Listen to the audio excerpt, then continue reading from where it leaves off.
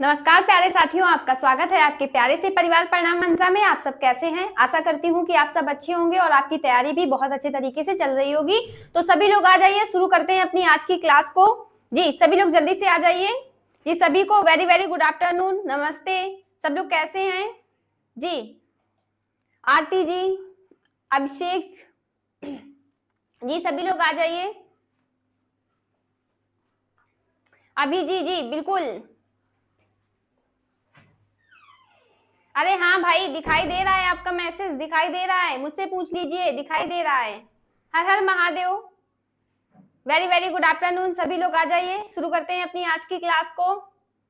जैसा कि आप सभी को पता है कि आज आपकी किसकी तंत्रिका तंत्र यानी कि नर्वस सिस्टम और आपके उससे संबंधित जितने भी हार्मोन्स होते हैं नर्वस सिस्टम से, उन हार्मोन्स से आपको क्वेश्चन मिलेंगे और कुछ आपको पादप हार्मोन्स और पादप गति के भी क्वेश्चन इसमें मिलेंगे। जी जी जल्दी जल्दी से आ जाइए, सभी लोगों को बुला लीजिए। जी बिल्कुल, शुरू करते हैं अपनी आज की क्लास को। जी हर हर महादेव, सभी को वेरी वेरी गुड आफ्टरनून। कैसे हैं आप सब और तैयारी कैसी चल रही है? मस्त चल रही है ना तैयारी? किसी को कोई दुख तकलीफ? प्रणाम जी। शुरू करें पहला क्वेश्चन अपना। चलिए शुरू करते हैं, बाकी लोग आते रहेंगे। चलिए शुरू करते हैं। तो पहला क्वेश्चन तंत्रिका तंत्र से, जैसे कि मैंने बताया है कि नर्वस सिस्टम आज हमारा चैप्टर है। तो वह कोशिका कौन सी है जो लंबी और शाखित होती है? लंबी भी होती है और शाखित भी होती है। जैसे कि आप अगर मैं बात करूं अपनी किसकी, नर्व शेल की, तो आप इस टाइप से कुछ आप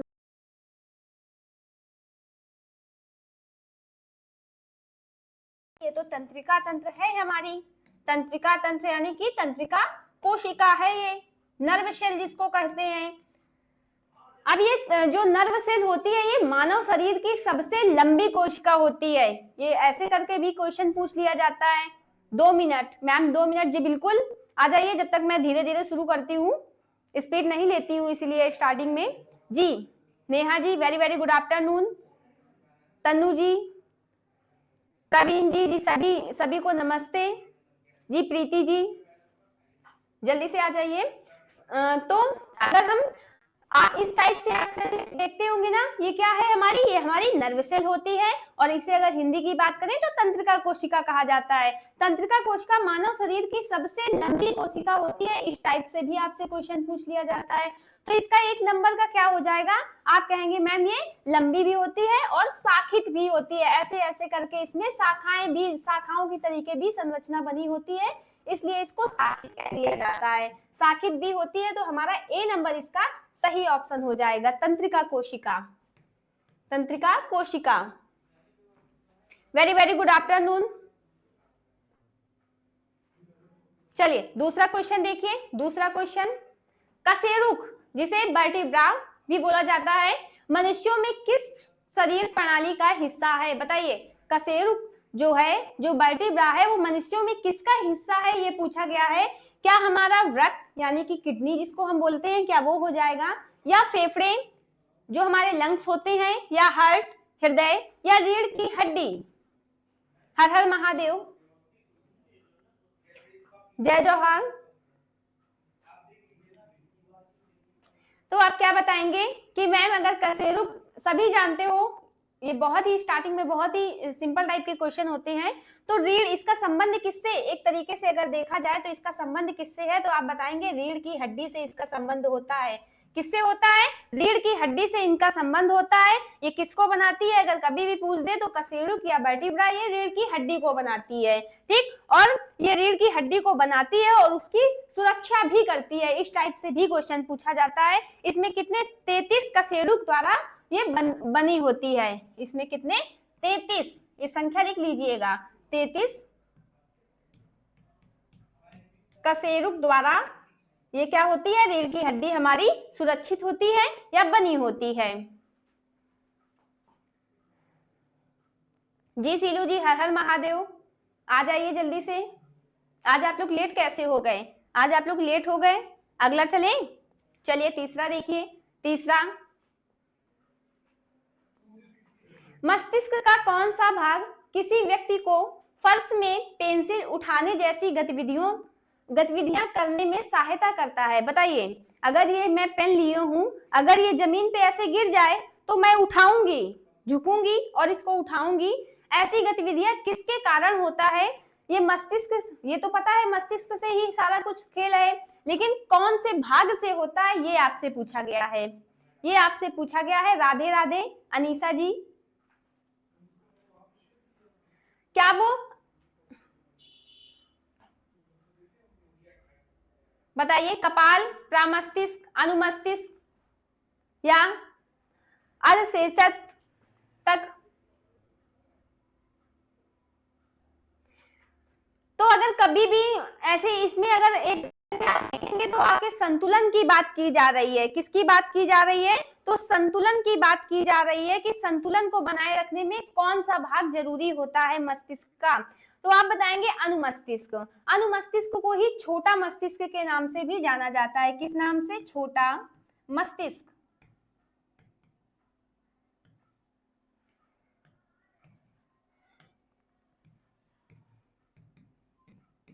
मस्तिष्क के नाम से भी इसे जाना जाता है। किसे?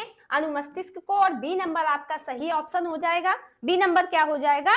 सही ऑप्शन हो जाएगा। इसका काम होता है संतुलन बनाए रखना। इसका काम क्या होता है? इसका मुख्य काम है, मुख्य काम अगर कभी भी पूछ दे तो आपको बताना है संतुलन बनाए रखना। संतुलन बनाए रखना,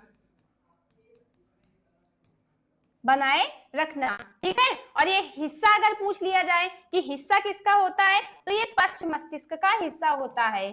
पश्च मस्तिष्क, मस्तिष्क का ये हिस्सा होता है। इतनी बातें आपको इसमें याद रखनी है जी। बी नंबर हो जाएगा।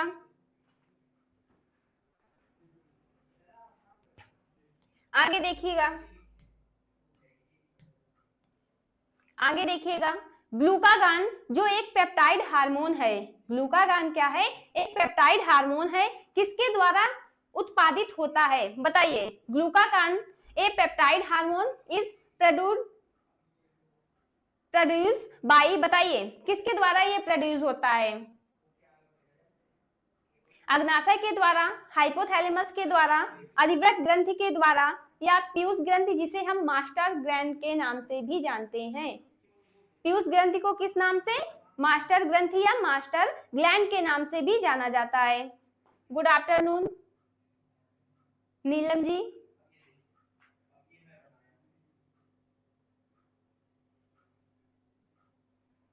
हाँ, खाने पीने का टाइम है तो लंच तो करेंगे ही। कुछ बच्चे लंच करने चले जाते हैं, खाने पीने का ये टाइम ही होता है। खैर चलिए, आ जाएंगे वो लोग, टाइम तो पता ही होता है सभी को, आ जाएंगे। आप लोग जितने लोग हो उतने जब तक आंसर करिए अच्छे से। तो आप बताएंगे कि अगर ग्लूकागॉन की बात की जाए तो ये हमारा किससे? अग्नाशय। इसका सही आंसर हो जाएगा अग्नाशय। आपको अग्नाशय सही आंसर लगाना है। अग्नाशय को क्या कहा जाता है? अग्नाशय को मिश्रित ग्रंथि के नाम से भी जाना जाता है। किस नाम से जाना जाता है? विकास जी जय हिंद। किस नाम से जाना जाता है? तो आप कहेंगे मिश्रित ग्रंथि या मिक्स ग्लैंड के नाम से जाना जाता है। क्यों जाना जाता है? क्योंकि ये एंजाइम्स को भी स्रावित करती है, एंजाइम को भी स्रावित करती है और हार्मोन को भी स्रावित करती है, इसलिए इसे मिश्रित ग्लैंड के नाम से जाना जाता है। ये पॉइंट आपको याद रखना है, बहुत पूछा जाता है। ठीक, आपसे ग्लूकागान के बारे में पूछा गया है, तो ग्लूकागान कहाँ से निकलता है? तो ये अग्नाशय से तो निकलता है, लेकिन कौन सी, अगर इससे डीप पूछ लिया जाए कि किन कोशिकाओं से निकलता है, तब आपको बताना है कि अग्नाशय द्वारा उनमें क्या होती है? अल्फा कोशिकाएं होती हैं। क्या होती है इसमें? अल्फा कोशिकाएं, अल्फा सेल्स होती हैं। इसके द्वारा ग्लूकागान का स्रावण होता है, ठीक है, इसके द्वारा निकलता है। और बीटा कोशिकाएं होती हैं। कभी भी बीटा सेल्स से पूछ लिया जाए कि बीटा सेल्स से कौन सा हार्मोन्स निकलता है, तो आपको बताना है बीटा सेल्स से हमारा इंसुलिन, सभी जानते हो इंसुलिन हार्मोन निकलता है बीटा कोशिकाओं से, जो क्या करता है? रक्त शर्करा को नियंत्रित करने का काम करता है। तो हमारा सही ऑप्शन ए नंबर हो जाएगा जी। अल्फा कोशिकाएं, जी बिल्कुल। घेंगा निम्नलिखित में से किस ग्रंथि का रोग है? अब पूछा गया है ये जो घेंगा रोग होता है ये कौन सी ग्रंथि में होता है, ये पूछा गया है। क्या थायराइड ग्रंथि हो जाएगी, अग्नाशय हो जाएगा, अधिवृक्क हो जाएगा, या पीयूष ग्रंथि हो जाएगी? पीयूष ग्रंथि हो जाएगी क्या? कहेंगे नहीं, बहुत ही सिंपल सिंपल हार्मोन ये चीजें पूछी गई हैं। तो आप क्या बताएंगे कि घेंगा रोग बचपन से ही हम लोग पढ़ते आए हैं, तो बताएंगे ये थायराइड ग्रंथि किससे संबंधित है? तो ये संबंधित है, इसका संबंध है थायराइड ग्रंथि से। थायराइड ग्रंथि क्या होती है? तो ये सबसे बड़ी अंतःस्रावी ग्रंथि होती है। क्या बताएंगे? ये सबसे बड़ी अंतःस्रावी ग्रंथि है, सबसे बड़ी अंतःस्रावी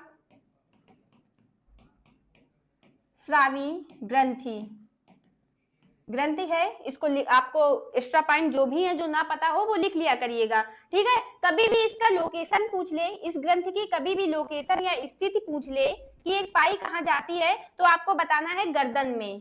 कहाँ पे पाई जाती है? गर्दन में पाई जाती है। इसका कभी भी शेप या आकार पूछ लिया जाए तो अब आपको बताना है ये तितली के जैसे ये दिखाई देती है, इसका आकार तितली के जैसे होता है।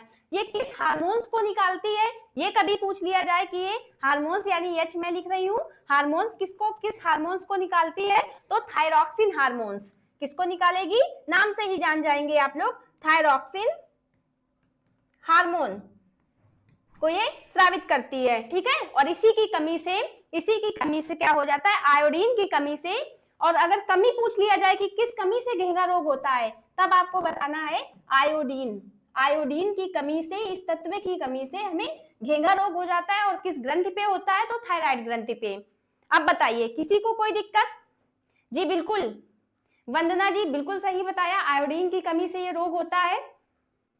अगला देखिए, हमारा मस्तिष्क मुख्य रूप से किस खाद्य पदार्थ पर निर्भर करता है? क्या वसा और प्रोटीन पर, ग्लूकोज और अमीनो अम्ल पर, या केवल वसा पर, या केवल ग्लूकोज पर?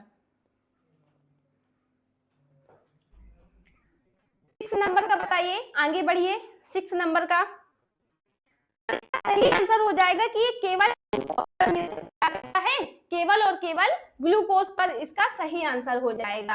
हमारा मस्तिष्क मुख्य रूप से किस खाद्य पदार्थ पर निर्भर करता है? तो ग्लूकोज इसका सही आंसर हो जाएगा। अब कुछ और देख लीजिएगा कि मस्तिष्क में कभी भी पूछ लिया जाए कि ऑक्सीजन और ग्लूकोज की खपत कितनी होती है, किसकी? ऑक्सीजन यानी O2 और किसकी मैंने बताई कि ग्लूकोज की कभी भी टोटल इसकी खपत पूछ ली जाए कि खपत कितनी होती है, तो आपको बताना है 20%। वसा की कभी भी पूछ ली जाए कि वसा की खपत कितनी होती है, तब बताना है 60%। ये दोनों याद रखना, पूछ लिए जाते हैं।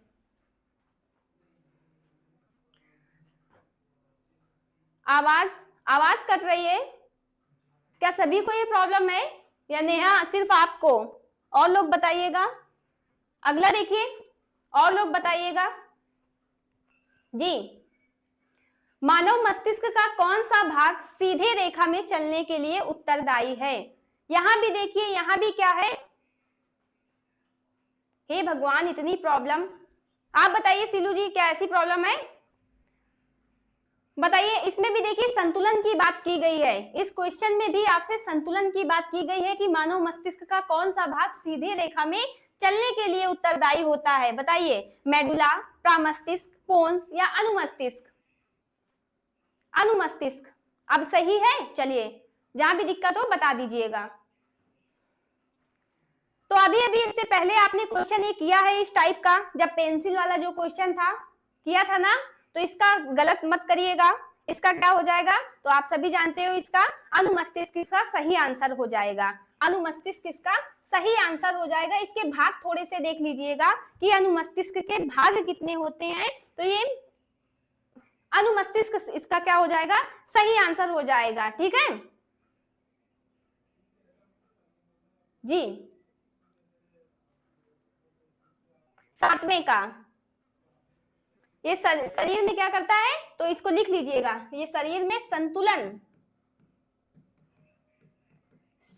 बनाने बनाने का काम करता है। और एक चीज पूछ लिया जाता है कि मुद्रा में कौन बनाए रखता है, तो मुद्रा शब्द भी कभी भी दे दे तो आपको यही वाला सही करना है। आगे देखिएगा, आगे देखिएगा 8वां नंबर, डी नंबर। जी बिल्कुल सही।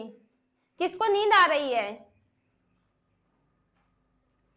भूख से जुड़ा वह केंद्र जो खाने के बाद भरा हुआ महसूस करने की अनुभूति कराता है, मस्तिष्क के किस भाग में स्थित होता है? जब हम लोग खाना खा लेते हैं, जब हम लोगों को भूख लगी होती है, हम लोग खाना खा लेते हैं, तब क्या होता है? तब ये होता है कि जी अब फिर होता है ना कि बस मेरा मन भर गया, अब नहीं खा सकते, पेट भर गया, एक भी जगह नहीं है। तो ये जो फीलिंग्स होती है कि पेट भर गया, ये हमारे मस्तिष्क के किस भाग के द्वारा बताई जाती है? बताइए। 8वां नंबर, क्या वो पीयूष ग्रंथि, मास्टर ग्लैंड हो जाएगी क्या, मध्य मस्तिष्क या अग्र मस्तिष्क या पश्चिम मस्तिष्क? तो भूख से जुड़े की बात कर दे, कभी भी फीलिंग्स की बात कर दे, ये सारे के सारे क्या हैं?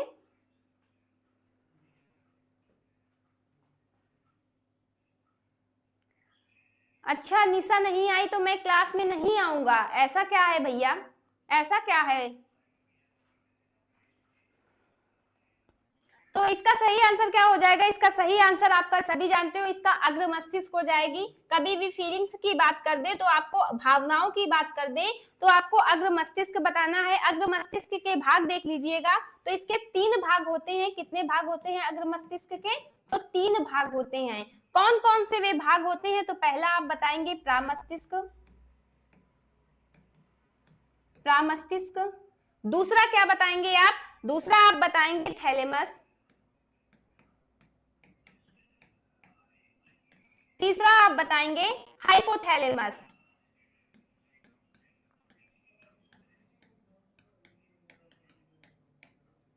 हाइपोथैलेमस, अगर हाइपोथैलेमस की बात की जाए तो यही क्या करता है? यही हमें भूख में नियंत्रण और तापमान को नियंत्रित करता है। भूख नियंत्रण, भूख और तापमान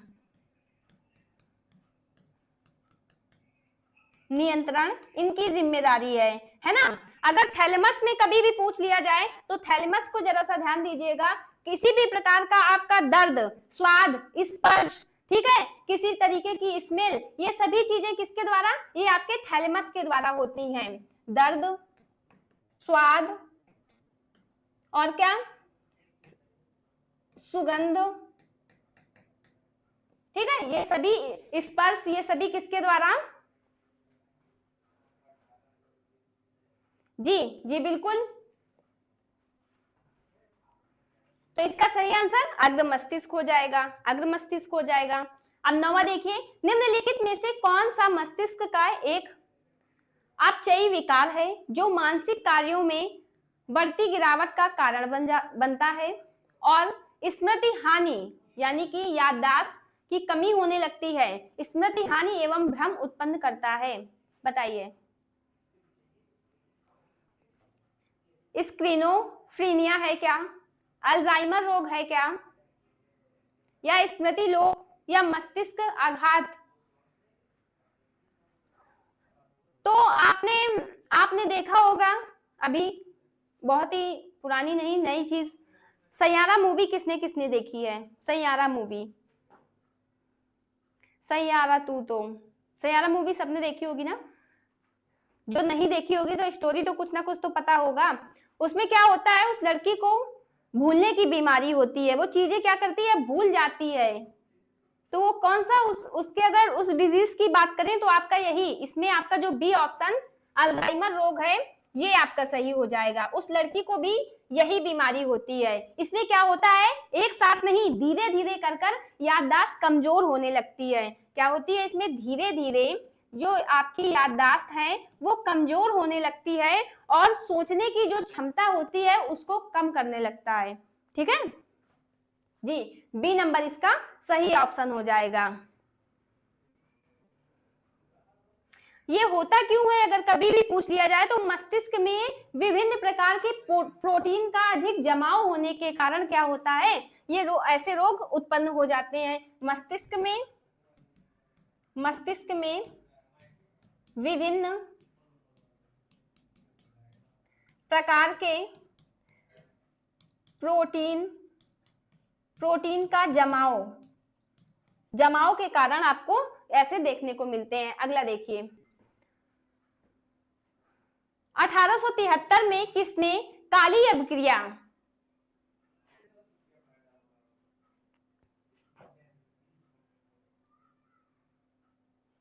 नहीं देखा है, कोई बात नहीं, यूट्यूब पे देख लीजिएगा, स्टोरी बहुत सारी पड़ी है। 1873 में किसने काली अभिक्रिया तकनीक से रंगे तंत्रिका ऊतक की पहली तस्वीर प्रकाशित की और पूरी तंत्रिका कोशिका का वर्णन किया? बताइए वैज्ञानिक कौन से हैं?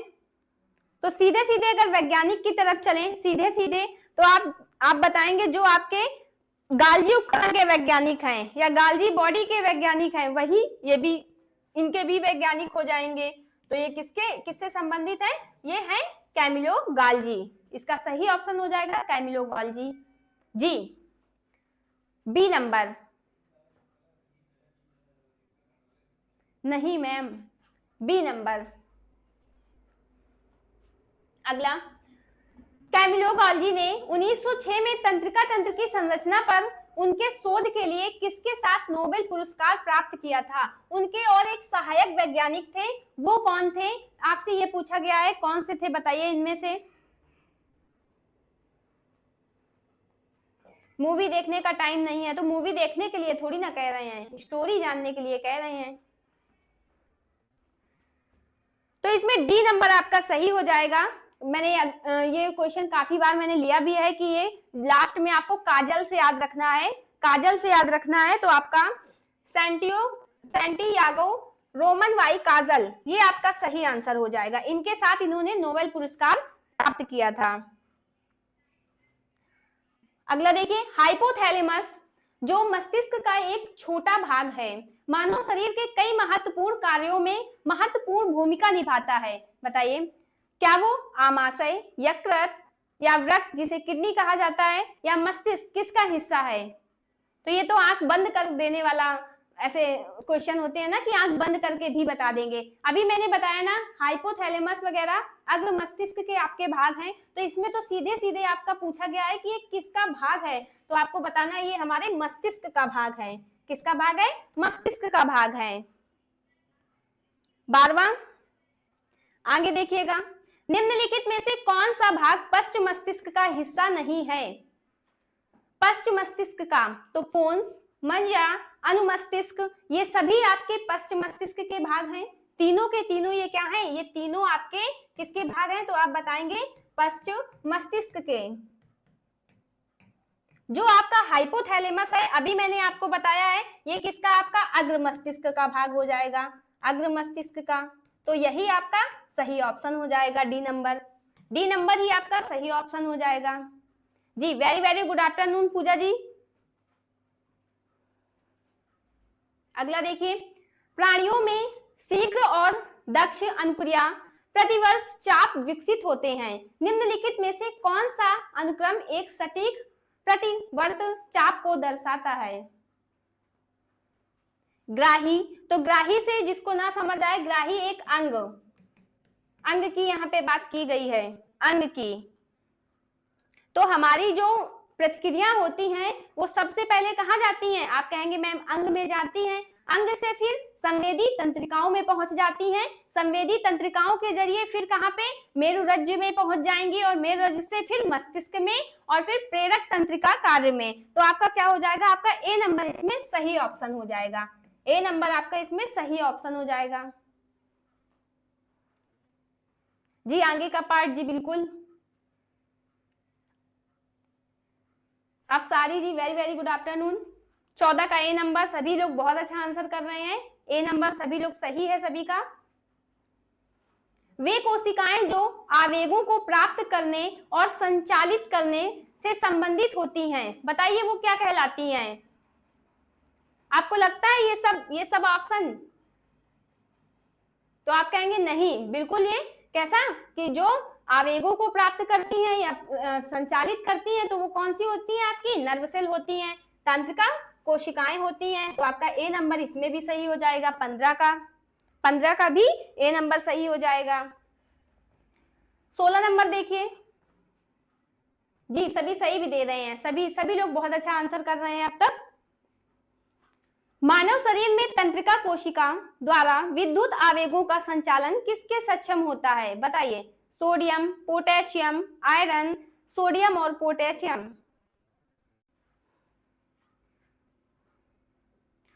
तो इसमें क्या होता है, आपका जो सोडियम और पोटेशियम होता है, इसमें एक सोडियम और पोटेशियम पंप के द्वारा क्या होता है, जो विद्युत आवेग होते हैं वो उत्तेजित होते हैं या प्रेरित होते हैं। क्या बताएंगे, या विद्युत आवेग जो होते हैं वो उत्तेजित होते हैं या प्रेरित होते हैं। तो आपका इसमें डी नंबर सही ऑप्शन हो जाएगा।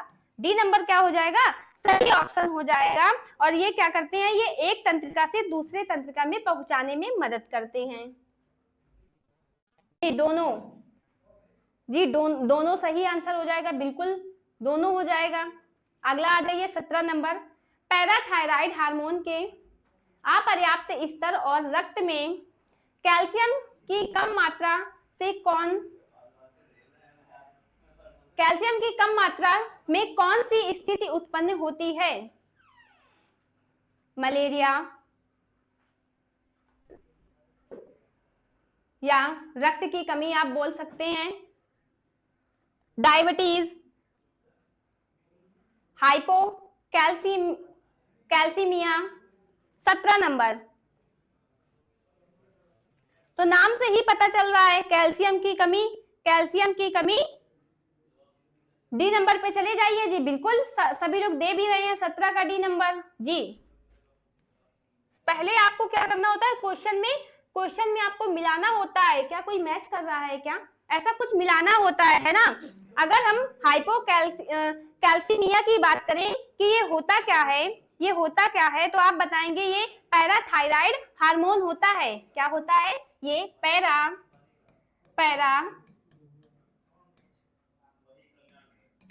हार्मोन, ये क्या होता है, तो आप बताएंगे ये पैराथायराइड हार्मोन होता है और किस पैराथायराइड ग्रंथि के द्वारा निकलता है। ग्रंथि का नाम भी लिख लीजिएगा, क्या, पैराथायराइड ग्रंथि।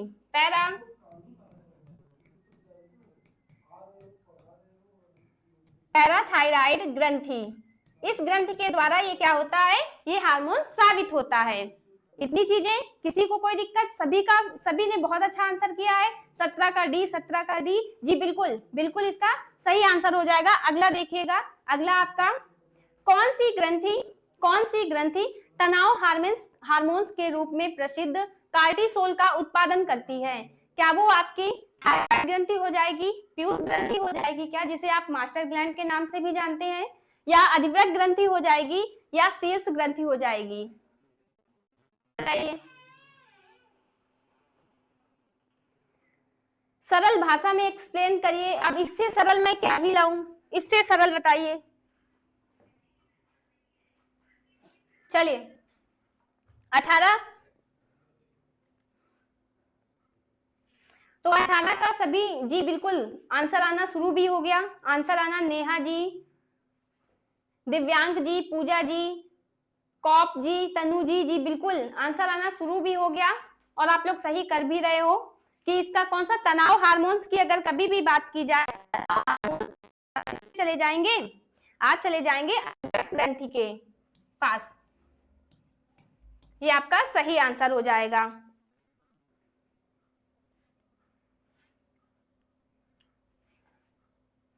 अगला देखिए, निम्नलिखित में से कौन सा हार्मोन मस्तिष्क द्वारा स्रावित किया जाता है जो सोने और जागने के चक्र को नियंत्रित करने में मदद करता है। देखिए हमारे अंदर भी क्या होता है, एक जैविक घड़ी आप बोल सकते हैं, एक जैविक घड़ी होती है जो क्या करती है, जो हमारी नियम होते हैं, जो टाइमिंग होती है, जैसे सोने और जगने का टाइम और खाने और पीने का टाइम, कि हम 2 बजे खाना खाते हैं तो 2 ही बजे खाएंगे, भले ही मैम पढ़ाएं उसके वो हम बाद में देख लेंगे, लेकिन हम खाना 2 ही बजे खाएंगे, ऐसा होता है ना।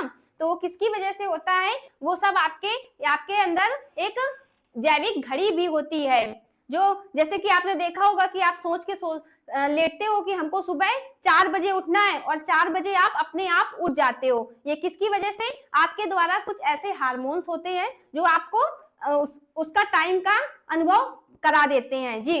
तो इसका सही आंसर क्या, बिल्कुल सभी लोग दे भी रहे हैं, इंसुलिन हो जाएगा क्या, मेलाटोनिन हो जाएगा क्या, ऑक्सीटोसिन हो जाएगा, या एल्डोस्टेरोन हो जाएगा। तो सभी लोग दे रहे हैं मेलाटोनिन। मेलाटोनिन क्या हो जाएगा, ये आपका सही आंसर हो जाएगा। और ये मेलाटोनिन अधिक मात्रा में कब बनता है, जब आप अंधेरे में होते हो। कब बनता है, जब आप अंधेरे में होते हो। इसीलिए कहा जाता है कि सोने से पहले आपको क्या करना है, लाइट, किसी भी प्रकार की लाइट नहीं वो करनी है। अब कुछ लोग कहेंगे मोबाइल ही तो चलाते हैं, तो भाई मोबाइल में भी तो लाइट होती है ना जी।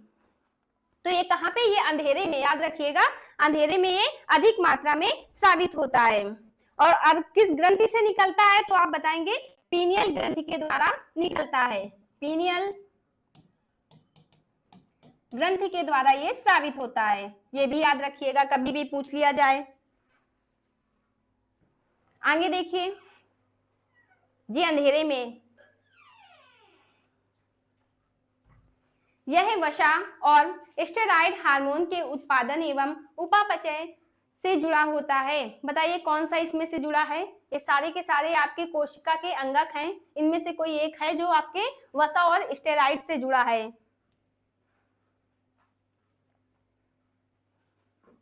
बिना लाइट के नींद नहीं आएगी, क्यों, डरते हो क्या, शैतान, भूत चुड़ैल।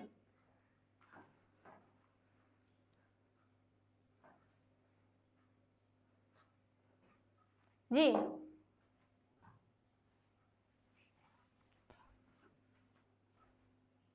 अंधेरे से डर लगता है मुझे। तो इसका सही आंसर क्या हो जाएगा, ना केंद्रक होगा, ना गोल्गी काय होगा, ना सूत्रकणिका जिसे माइटोकॉन्ड्रिया कहा जाता है, ना और क्या, चिकनी अंतर प्रदिवी जलिका हो जाएगा क्या, स्मूथ इंडोप्लाज्मिक रेटिकुलम, क्या ये हो जाएगा। तो जी बिल्कुल यही आंसर हो जाएगा आपका ए नंबर, स्मूथ एंडोप्लाज्मिक रेटिकुलम। आपका ये क्या हो जाएगा, ये आपका सही ऑप्शन हो जाएगा। ये स्मूथ क्यों दिखाई देता है, क्योंकि इसमें राइबोसोम क्या होते हैं, नहीं होते हैं। क्या बताएंगे, इसमें राइबोसोम नहीं होते हैं, इसलिए ये हमको चिकने दिखाई देते हैं या स्मूथ दिखाई पड़ते हैं। ठीक है, इनका मुंह, इनका क्या जैसा क्वेश्चन में पूछा गया है कि ये किससे जुड़ा होता है, इनका तो वसा और स्टेरॉइड हार्मोन से इनका संबंध होता है। Very very good, very good afternoon Rahul ji. चलिए ये देखिए, सोमाट्रोपिन को किस अन्य नाम से जाना जाता है, पाचन तंत्र से, हास्य गैस से, अश्रु गैस से, या वृद्धि हार्मोन से।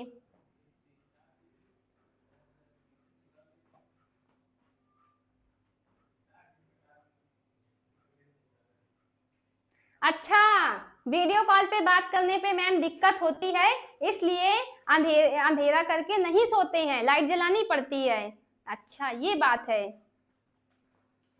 अभी एक ही चीज मिलेगी, या तो सोना मोना से बात कर लो, या तो नींद ले लो। अब दोनों चीज नहीं मिल पाएंगी। तो दिन में भी तो वीडियो कॉल हो जाती है ना, दिन में कर लिया करिए। जरूरी है सारी बातें रात में ही करनी होती हैं। 21 नंबर का बताइए। तो सभी का बिल्कुल सही आंसर आ रहा है, सभी का जी, कि वृद्धि हार्मोन्स। इसको किस नाम से जानते हैं, इसको वृद्धि हार्मोन्स के नाम से भी जाना जाता है ये। और ये कहां से स्रावित होता है, इसका स्राव कहां से होता है, तो पीयूष ग्रंथि, जिसे हम मास्टर ग्लैंड के नाम से भी जानते हैं, मास्टर ग्रंथि, इससे ये इसका स्राव होता है जी। मैम निशा क्यों नहीं आई है, भाई अभी हम जा रहे हैं उसके घर, उससे पूछने, अभी हम जा रहे हैं उससे घर।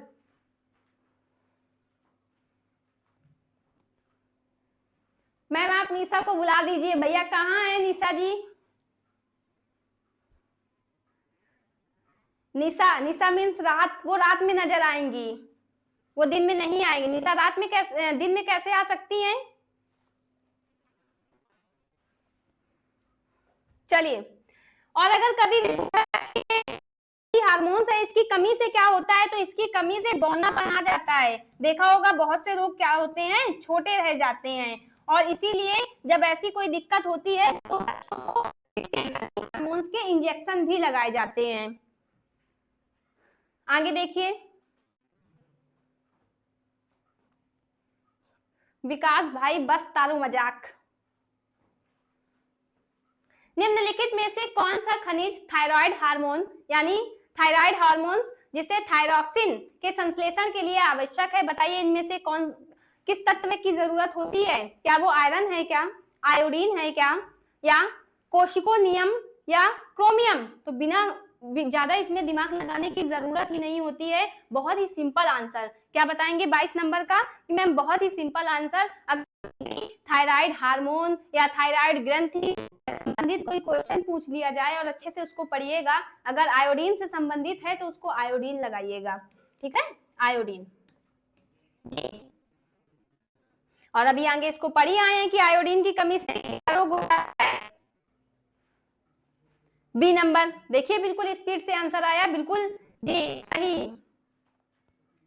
23 पे आ जाइए, 23 पे। निम्नलिखित में से कौन सा हार्मोन तनाव से निपटने में सहायक माना जाता है? कौन सा हो जाएगा? सेरोटोनिन हो जाएगा क्या, या स्टोस्टेरोन, या कैल्सिटोनिन, या मेलाटोनिन? तो मेलाटोनिन तो अभी पढ़ के आए हैं आप लोग, अभी आपने पढ़ा ना मेलाटोनिन, तो ये तो होगा नहीं। अब इन तीन में से कोई देखिए, क्या इन तीन में से हो जाएगा? किसके बात की गई है? तो तनाव से निपटने की बात की गई है, जो गुस्सा।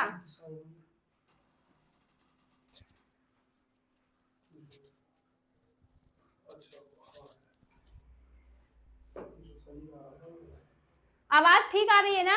आवाज बाकी लोग, एक सेकेंड।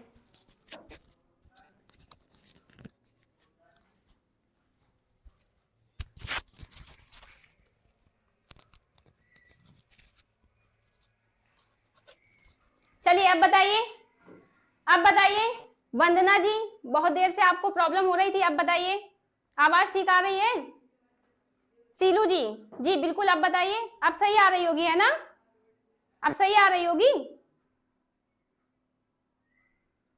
चलिए, तो इसका सही आंसर क्या हो जाएगा 23 नंबर का? तो 23 नंबर में आप बताएंगे कि मैम ये सेरोटोनिन इसका सही आंसर हो जाएगा। सेरोटोनिन क्या हो जाएगा आपका? सही आंसर हो जाएगा, या क्या मनोदशा? मनोदशा यानी मन के, अपने मन के बारे आ रही है। चलिए बहुत अच्छी बात है, आ रही है तो आ रही है तो ठीक है, अब ठीक है। हाँ मैंने माइक चेंज कर लिया है जी जी। तो ये क्या मनोदशा या व्यवहार को नियंत्रित करता है? किसको? मनोदशा, मनोदशा या किसको? तो आप बताएंगे ये व्यवहार को क्या करता है? नियंत्रित करता है। आगे देखिए, आगे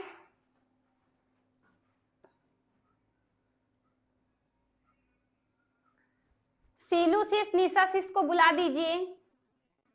कौन सा हार्मोन स्तनपान के दौरान दूध उत्सर्जन को प्रेरित करता है? बताइए, जब एक बच्चे का जन्म हो जाता है तो क्या होता है? जब माँ बच्चे को फीड कराती है तो इसमें पूछा गया है कि जो मिल्क का उत्सर्जन होता है उसके लिए कौन सा हार्मोन्स मदद करता है? आ रही है? चलिए ठीक है, आ रही है तो आ रही है तो ठीक है। चलिए बताइए, एस्ट्रोजन है क्या, ऑक्सीटोसिन, या प्रोलैक्टिन, या प्रोजेस्टेरॉन? तो सही आपका हो जाएगा, देखिए एस्ट्रोजन की अगर बात करें तो ये तो होगा नहीं, सभी जानते हो एस्ट्रोजन तो होगा नहीं आपका। ऑक्सीटोसिन आपका, यही आपका क्या हो जाएगा 24 नंबर का, तो ऑक्सीटोसिन आपका सही आंसर हो जाएगा।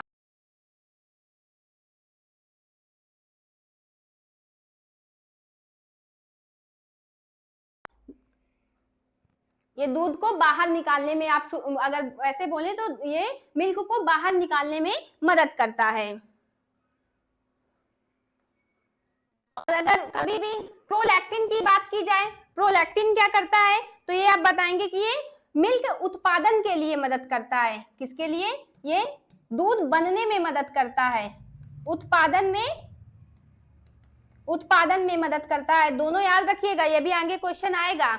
प्रोजेस्टेरॉन की बात की जाए तो आप बताएंगे ये जो पीरियड्स होते हैं, मासिक चक्र को नियंत्रित करता है, मासिक चक्र का नियंत्रण करता है। बस बस ये आवाज वाला अगर खेल खत्म हो गया हो तो आप शुरू कर लीजिए। नहीं आएगी निशा। निम्नलिखित में से कौन सा पादप हार्मोन्स नहीं है, इनमें से आपको बताना है एक कौन सा इसमें पादप हार्मोन्स नहीं है। एथिलीन है क्या, एब्सिसिक अम्ल है, या जेब्रिन, या प्रोलैक्टिन। तो अभी अभी मैंने प्रोलैक्टिन के बारे में बताया है। देखिए प्रोलैक्टिन क्या करता है, मिल्क का उत्पादन करता है, तो कौन सा हो जाएगा। निशा जी आप ही हैं क्या जिसका इतनी देर से इंतजार हो रहा था, आप ही हैं क्या। हे प्रभु पढ़िए।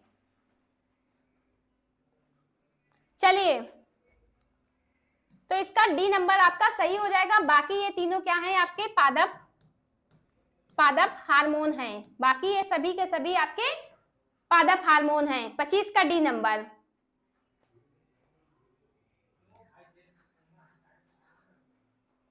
ग्लूकागॉन जो एक पेप्टाइड हार्मोन है किसके द्वारा उत्पादित होता है। अभी मैंने बताया था, ये आया भी है पीछे, पढ़ा भी है आपने। अगर ध्यान से जिसने जो बातों के चक्कर में पढ़ा होगा वो नहीं बता पाएगा, और जो अगर थोड़ा सा भी दिमाग लगाया होगा तुरंत बता ले जाएगा। इसको मैंने अभी एक्सप्लेन किया। वंदना जी अच्छा, और लोग बताइए, और लोग बताइए, ठीक है ना कि इन्हीं को सिर्फ प्रॉब्लम हो रही है। वॉइस प्रॉब्लम सिर्फ वंदना को हो रही है या सभी को हो रही है, बताइए। तो इसका क्या हो जाएगा, अगर 26 की बात करें तो आप बताएंगे मैम अग्नाशय हो जाएगा, जो कि हमारी मिश्रित ग्रंथि है। जी सी नंबर कैसे बता रहे हो सभी लोग, सी नंबर कैसे हो जाएगा। अभी तो मैं इसको समझा के आई हूं, सबके सब गलत करे जा रहे हो। आगे देखिए,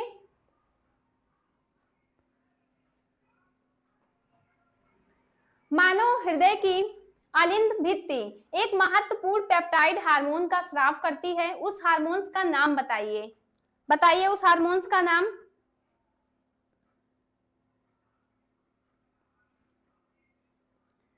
तो आप बताएंगे, इसका मैं बता देती हूं इसका क्या हो जाएगा। तो ANF इसका सही आंसर हो जाएगा। एट्रियल लिखिएगा इसको, जिसको ना पता हो, एट्रियल नेफ्रोटिक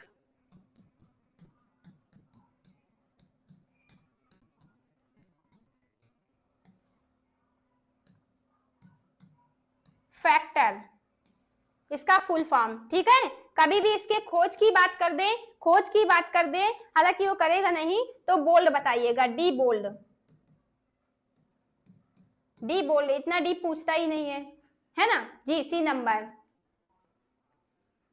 सी नंबर। निम्नलिखित में से किसे हंगर हार्मोन्स कहा जाता है, क्योंकि यह भूख को उत्तेजित करता है, भोजन का सेवन बढ़ाता है और वसा भंडारण को बढ़ावा देता है। बताइए, एक सेकंड रुकिएगा, अभी मैंने चेंज किया इसको।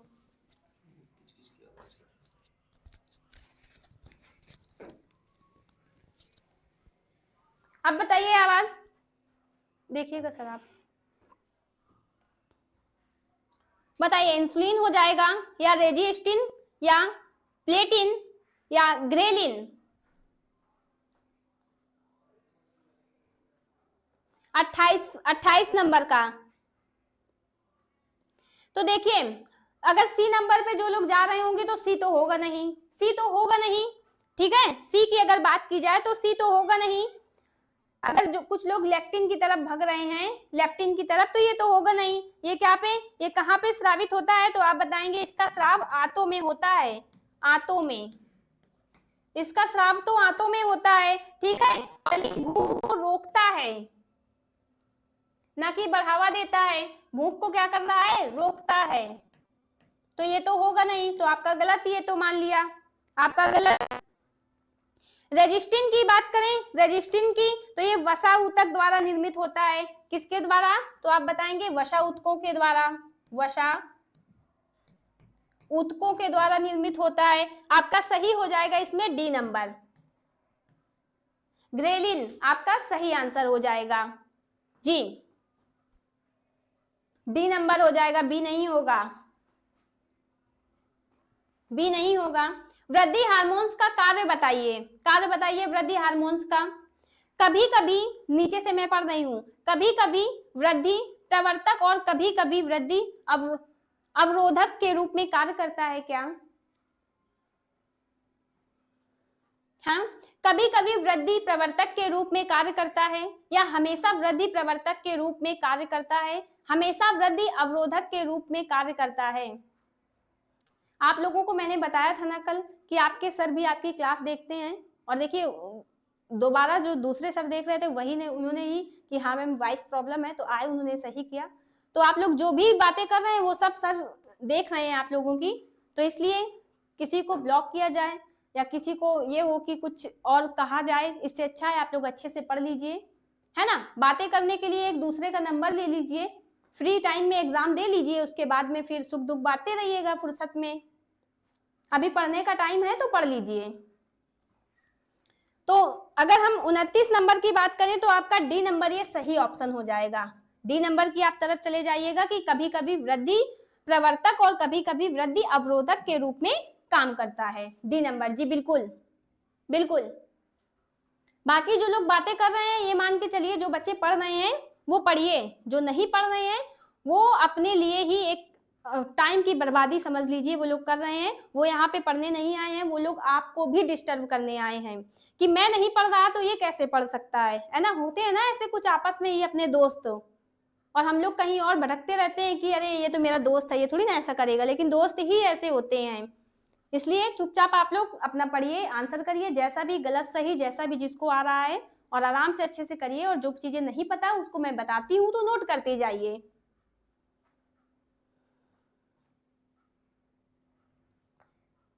जी बिल्कुल वंदना जी, मैंने अभी सर आए आपके, दोबारा से सर आए, उन्होंने सुना होगा तो तुरंत माइक की मैम बदल लीजिए, दिक्कत हो रही है ना। तो मैंने बताया था ना कि सब वहां पे क्लास चलती रख दी जाती है, देखते रहते हैं।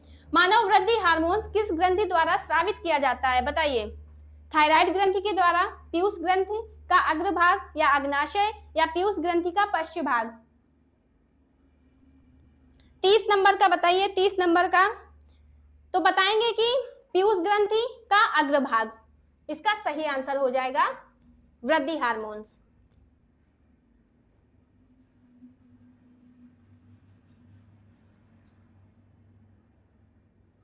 मैम मैं किसी को डिस्टर्ब नहीं करना चाहता। अरे भाई तो मैं कहां से बात करवा दूं ये बताइए मुझे भाई, मुझको उसका नंबर थोड़ी ना पता है कि मैं उसको कॉल करके कह दूं कि आ जाइए भैया। ये कैसी पागलों वाली बातें कर रहे हो?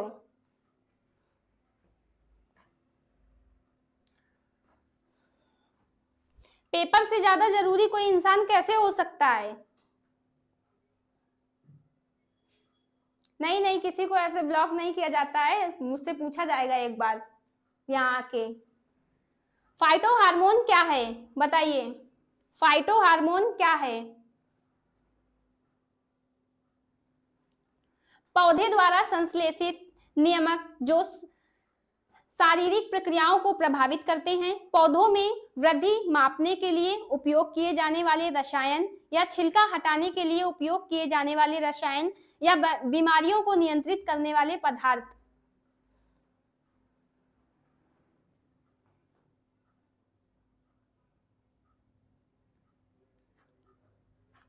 जी बिल्कुल विकास जी, निकालिए डंडा, मैं तैयार हूं, निकालिए, मैं भी 2-4 रख दूंगी। तो अगर कभी भी फाइटो हार्मोन की बात किया जाए, फाइटो हार्मोन की, तो एक फाइटो हार्मोन क्या बताएंगे कि देखिए ये फाइटो हार्मोन एक तरीके का पादप हार्मोन को भी कहा जाता है। किसको कहा जाता है? कि एक तरीके को पादप हार्मोन को कहा जाता है, और इसका ए नंबर जो हो जाएगा वो सही हो जाएगा कि पादपों द्वारा संश्लेषित नियामक जो शारीरिक प्रक्रियाओं को प्रभावित करते हैं, तो इसका ए नंबर सही हो जाएगा। और ये फाइटोलॉजी किसको? पादप हार्मोन को बोला जाता है, पादप हार्मोन को बोला जाता है। ठीक है जी, ये नंबर हो जाएगा। अगला, पौधों को उनकी वृद्धि के लिए पोषक तत्वों की आवश्यकता होती है, बिल्कुल होती है। जो किसके माध्यम से प्राप्त किए जा सकते हैं? केवल मिट्टी और हवा के माध्यम से। इतने प्यारे प्यारे क्वेश्चन हैं, आप लोग चाहें तो इतने अच्छे से दें, एक्सप्लेन करें, है ना, कि जिसको जितना जो पता हो वो बताएं, लेकिन नहीं, फालतू की पंचायत करने में टाइम वेस्ट कर रहे हैं। मिट्टी, पानी और हवा, केवल मिट्टी और पानी, केवल मिट्टी, बताइए।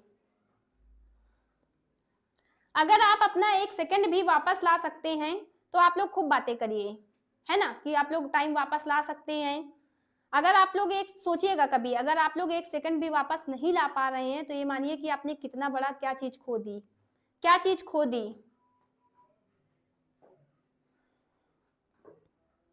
32 नंबर, 32 नंबर तो आप बताएंगे मिट्टी, पानी, हवा तीनों की आवश्यकता होती है, जैसा सभी जानते हो। मिट्टी की भी जरूरत होती है, पानी की भी जरूरत होती है और हवा की भी जरूरत होती है। तो बी नंबर आपका बिल्कुल सही हो जाएगा, बी नंबर जी। बी बी बी बी आप लोगों ने बहुत अच्छा आंसर भी किया है, बी नंबर, बी नंबर।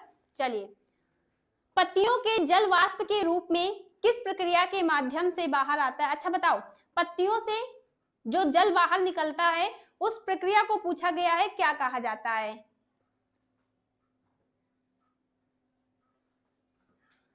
लताएं, परिवहन, शिरा विन्यास या वाष्पो उत्सर्जन? शिरा विन्यास के बारे में मैंने कल बहुत अच्छे से बताया था ना, कि जलिकानुमा शिरा विन्यास और समांतर शिरा विन्यास।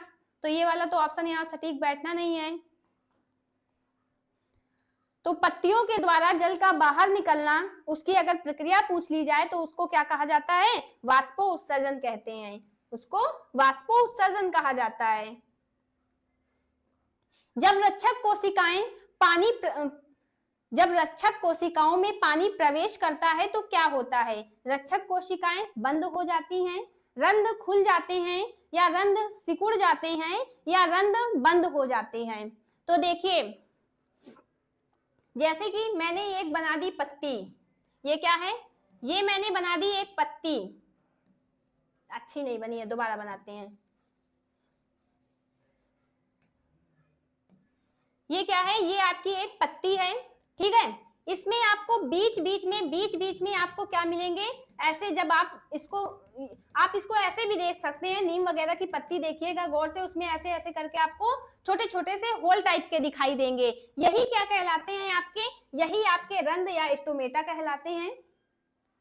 इन्हीं स्टोमेटा के द्वारा गैसों का और पानी वगैरह का आदान प्रदान होता है, ठीक है। तो यही पूछा गया है। तो रक्षक कोशिकाओं की यहाँ पे बात की गई है। रक्षक कोशिकाएं क्या करती हैं? इन रंध्रों के चारों ओर फैली होती हैं या उनकी सुरक्षा करती हैं। जब ये रक्षक कोशिकाओं के बात की जाए कि रक्षक कोशिकाओं में जब पानी प्रवेश करता है तो ये रंध्र क्या होते हैं? ये रंध्र खुल जाते हैं। जब पानी भरेगा तो रंध्र खुल जाते हैं, और जब पानी बाहर निकल जाएगा तो रंध्र क्या हो जाते हैं? बंद कर जाते हैं। तो क्वेश्चन में आपसे क्या कहा गया है? पानी जा रहा है या बाहर निकल रहा है? तो आप कहेंगे पानी प्रवेश कर रहा है, तो रंध्र क्या हो जाएंगे? रंध्र आप कहेंगे मैम खुल जाएंगे। जी बिल्कुल, बी नंबर आपका सही ऑप्शन हो जाएगा, रंध्र खुल जाएंगे जी। आगे देखिए, निम्नलिखित में से कौन सा पादप हार्मोन विशेष रूप से तने में कोशिका वृद्धि को उत्तेजित करके वृद्धि को नियंत्रित करता है? Auxin, ethylene, cytokinin, gibberellin. ये चारों के चारों क्या हैं आपके सामने? चारों के चारों ही पादप हार्मोन्स हैं। पहली बात तो ये जान लीजिए कि ये चारों क्या हैं? आपके पादप हार्मोन हैं। नाम याद रखिएगा, चारों के चारों आपके पादप हार्मोन हैं। तनों की बात की गई है कि तनों में कोशिका वृद्धि को उत्तेजित कौन करता है? तो तनों की कभी भी बात की जाए तो आपको किसकी तरफ चला जाना है? आपको ऑक्सिन हार्मोन्स की तरफ चले जाना है। ए नंबर आपका सही ऑप्शन हो जाएगा। ये क्या पौधों की, या आपसे ऐसे भी पूछ सकता है कि पौधों की वृद्धि के लिए जिम्मेदार कौन सा होता है, और ये ऑप्शन मिल जाए तो आपको लगा देना है। आगे देखिए, जो पौधे अधिक मात्रा में धूप में रहने के लिए अनुकूलित होते हैं उन्हें क्या कहा जाता है? ऐसे पौधे बताइए जो बहुत ज्यादा धूप में रहते हैं।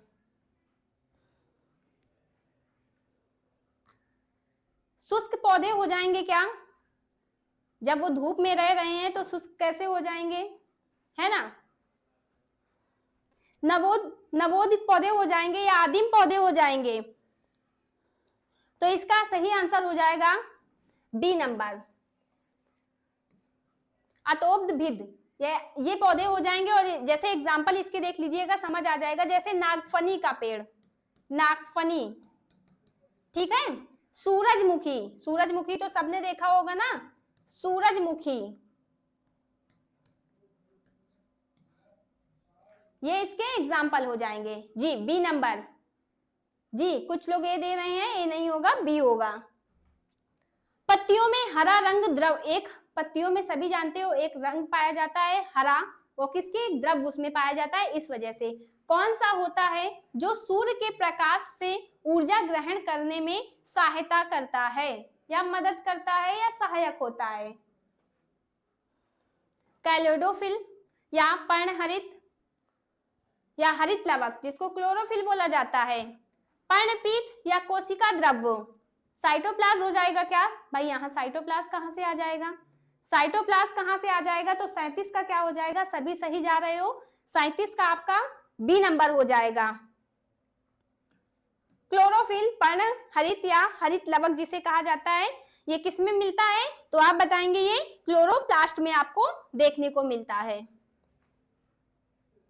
पत्ते का चौड़ा, पत्ते का चौड़ा और हरा भाग क्या कहलाता है?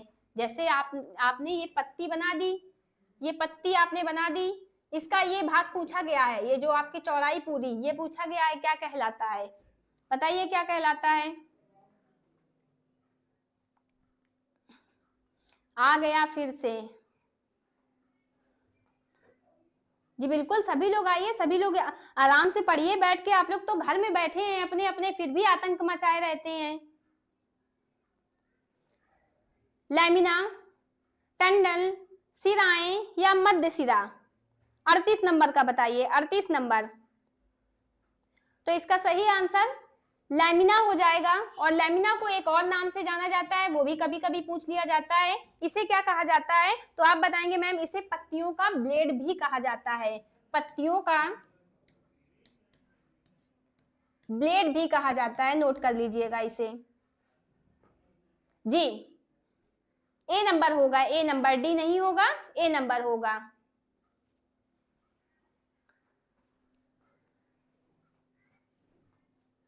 डी के सर मुझे ब्लॉक मत कीजिएगा प्लीज। निम्नलिखित में से कौन सा पौधे की जड़ प्रणाली का मुख्य कार्य नहीं है? अब भैया आप ही लोग जानो, अब आप ही लोग जानो। यहाँ पे अगर हु हंगर मचाओगे तो भैया ब्लॉक हो जाओगे। अब आप ही लोग जानो, अगर शांति से पढ़ना है तो पढ़िए, वरना आराम से दूसरों को पढ़ने दीजिए। टाइम नहीं है, मौज मस्ती करने का आपका टाइम है, तो आप लोग कहीं और जाके मौज मस्ती कर सकते हैं। जो लोग पढ़ रहे हैं उनको डिस्टर्ब ना करें जी। पौधों के भागों को भोजन प्रदान करना, पौधों के भागों को उचित आधार प्रदान करना, या मिट्टी से जल अवशोषित करना, या मिट्टी से खनिज पदार्थों का अवशोषण करना?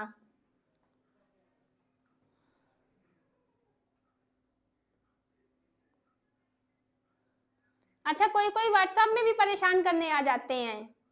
चलिए बताइएगा फिर कौन आता है। 39 के ए नंबर की तरफ चले जाइए कि पौधों के भागों को भोजन प्रदान करना क्या होता है? पौधों की जड़ प्रणाली का मुख्य काम, मुख्य काम इसमें नहीं है, पूछा गया है। 39 नंबर, तो ए नंबर की तरफ चले जाइए, सही हो जाएगा। अगला देखिए, थोड़ा स्पीड अब बढ़ाएंगे, थोड़ा स्पीड जी। प्रकाश संश्लेषण की प्रक्रिया में कौन सी गैस उत्सर्जित होती है? Nitrous oxide, carbon dioxide, oxygen, या नाइट्रोजन? तो सभी जानते हो जब प्रकाश संश्लेषण की क्रिया होती है। हाँ मैम सही बात है जी, बिल्कुल बताइएगा मुझे, सीलू जी बताइएगा मुझे, आप कमेंट करती है ना, बताइएगा मुझे, फिर मैं बताऊंगी। 40 का तो आप सभी जानते हो कि हमारी कौन सी? O2, O2 यानी ऑक्सीजन। आगे देखिए, जब पौधों की पत्तियों से पानी की बूंदों के रूप में पानी का निष्कास निष्कासन होता है तो उसे क्या कहा जाता है, बताइए। जब पत्तियों से बूंदों के रूप में पानी का निष्कासन होता है तो पूछा गया है क्या कहा जाता है, दाव प्रवणता या प्लाज्मोलिसेंस या विद्युत स्राव या स्थानांतरण। तो बूंदों से समझिएगा, बूंदों के रूप में हो रहा है तो बूंदों वाला कहीं ऑप्शन दिख रहा है, बिंदु स्राव, तो आपका यही सही आंसर हो जाएगा। ऐसे हिंट्स ढूंढना करिए क्वेश्चन में, जिसको नहीं पता होता है, ये सारे क्या होते हैं, तुक्के वाले नियम होते हैं, ये सारे तुक्के वाले नियम होते हैं। आगे देखिए, ये आपको घर से आपका होमवर्क है, इसको आपको घर से करके लाना है, ठीक है। चलिए ठीक है, मिलते हैं कल की क्लास में।